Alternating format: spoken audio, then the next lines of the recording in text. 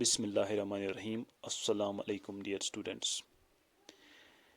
In my last lecture, we have proved that if sin x is equal to sin y, then x is equal to n pi plus minus 1 raised power n y, where n belongs to z set of integers.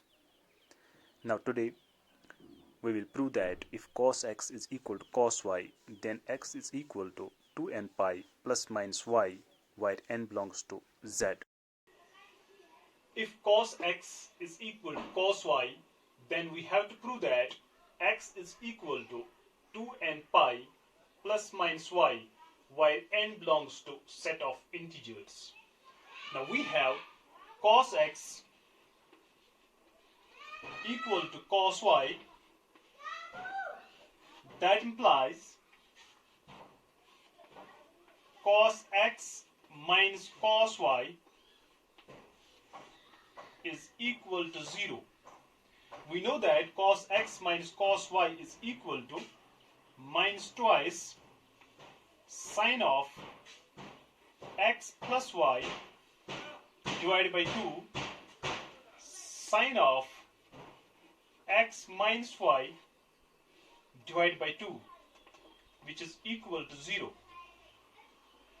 Since minus 2 cannot be equal to 0, that implies either sine of x plus y divided by 2 equal to 0, or sine of x minus y divided by 2 is equal to 0. Since we know that sine is 0 at integral multiply pi, so we can write x plus y divided by 2 is equal to n pi. Also, x minus y divided by 2 is equal to n pi. Or we can write x plus y is equal to 2n pi, and x minus y is equal to 2n pi,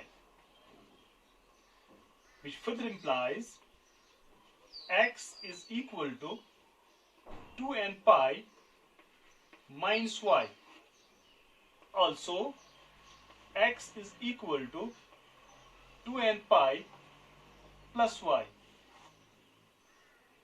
Now, which further implies x is equal to 2n pi minus y, and here we have x is equal to 2n pi plus y.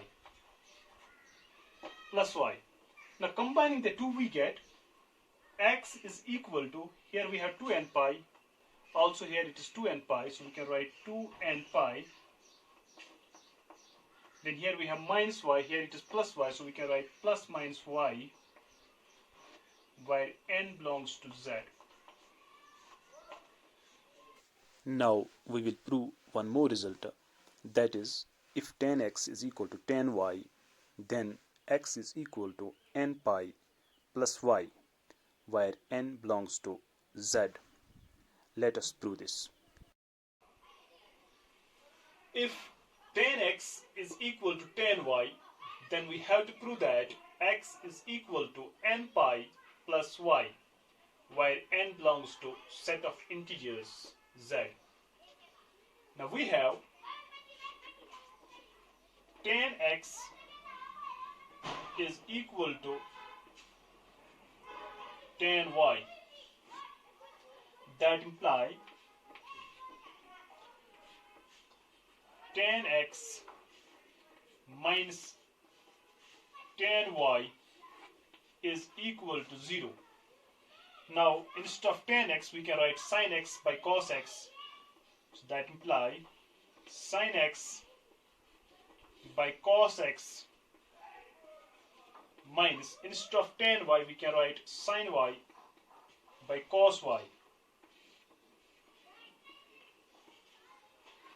equal to 0. Now on cross multiplying we get sin x cos y minus cos x sin y divided by cos x cos y is equal to 0. Now here we have sin x cos y minus cos x sin y, that is equal to sin of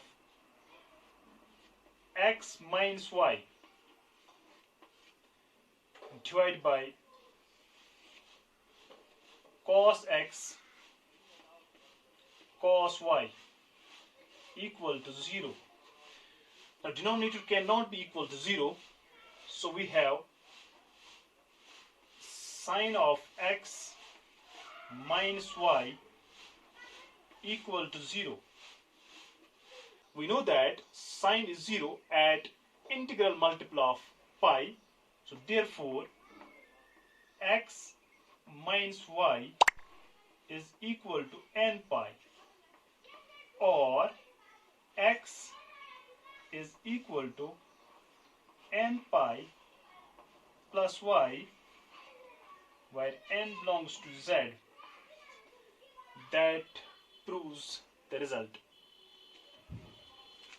Now let us do some questions based on these results. And the first question is,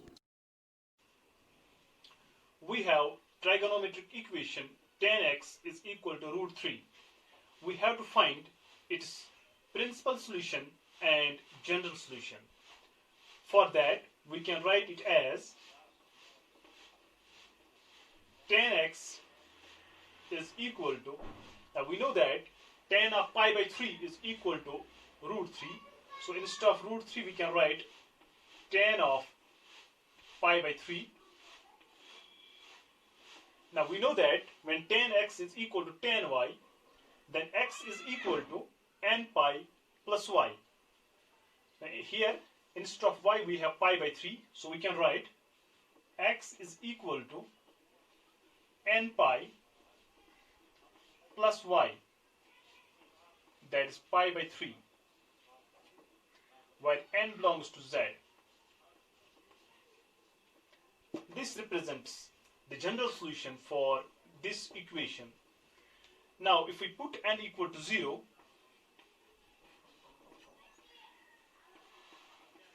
we get x equal to pi by 3. Put n is equal to 1, here we get x is equal to 1 pi, that is pi, plus pi by 3, that is equal to 4 pi by 3. Now this pi by 3 and 4 pi by 3 are both between 0 and 2 pi. So these are principal solutions of this trigonometric equation. Now this completes the question. now our next question is, We have trigonometric equation secant x is equal to 2, and we have to find its general solution and principal solution. For that, we write a reciprocal of secant x, that is cosine of x, is equal to, reciprocal of 2 is 1 by 2. Secant x is equal to 2. So reciprocal of secant x, that is cosine of x, is equal to 1 by 2. We know that cos of 60 degree or cos of pi by 3 radians is equal to 1 by 2.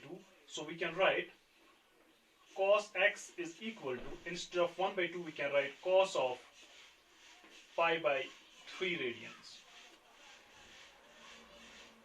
Now cos x is equal to cos of pi by 3 radians. We know that when cos x is equal to cos y, then x is equal to 2n pi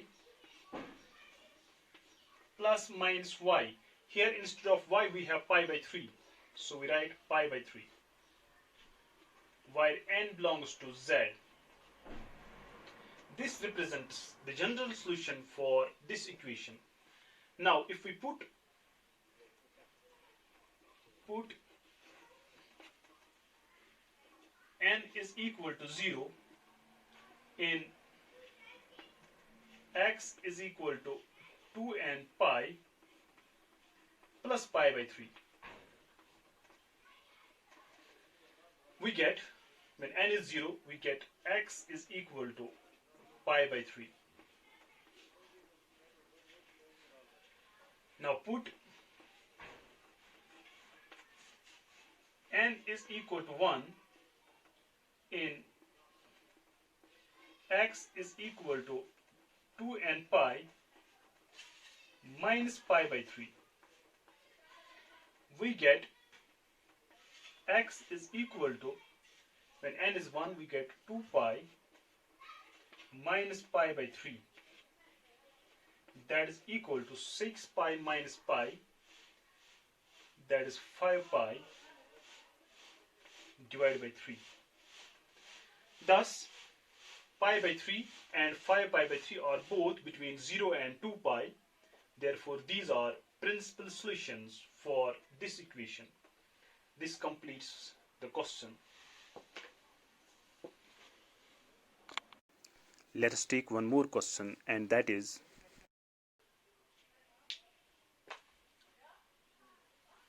here we have trigonometric equation cosine of 4x is equal to cosine of 2x, and we have to find its general solution. For that, we treat 4x as x and 2x as y. We know that when cosine x is equal to cosine y, then x is equal to 2n pi plus minus y. So we can write 4x is equal to 2n pi plus minus y. Instead of y, we have 2x. So we have two cases. One is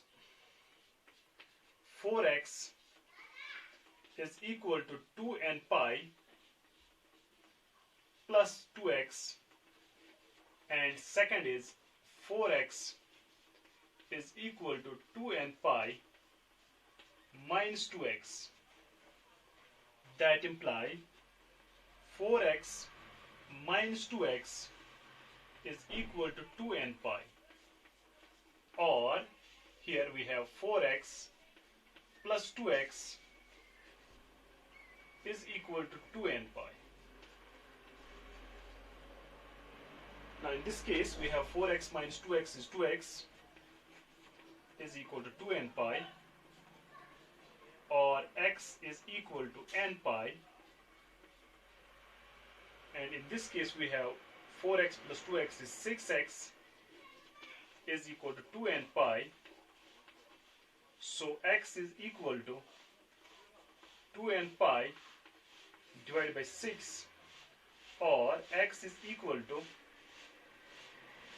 it is n pi divided by 3. Therefore, x is either n pi or n pi divided by 3, while n belongs to z. So this represents general solution for this equation. That completes the question. now in my next lecture we will do some more questions based on these results. Till then, take care of yourself. Thank you.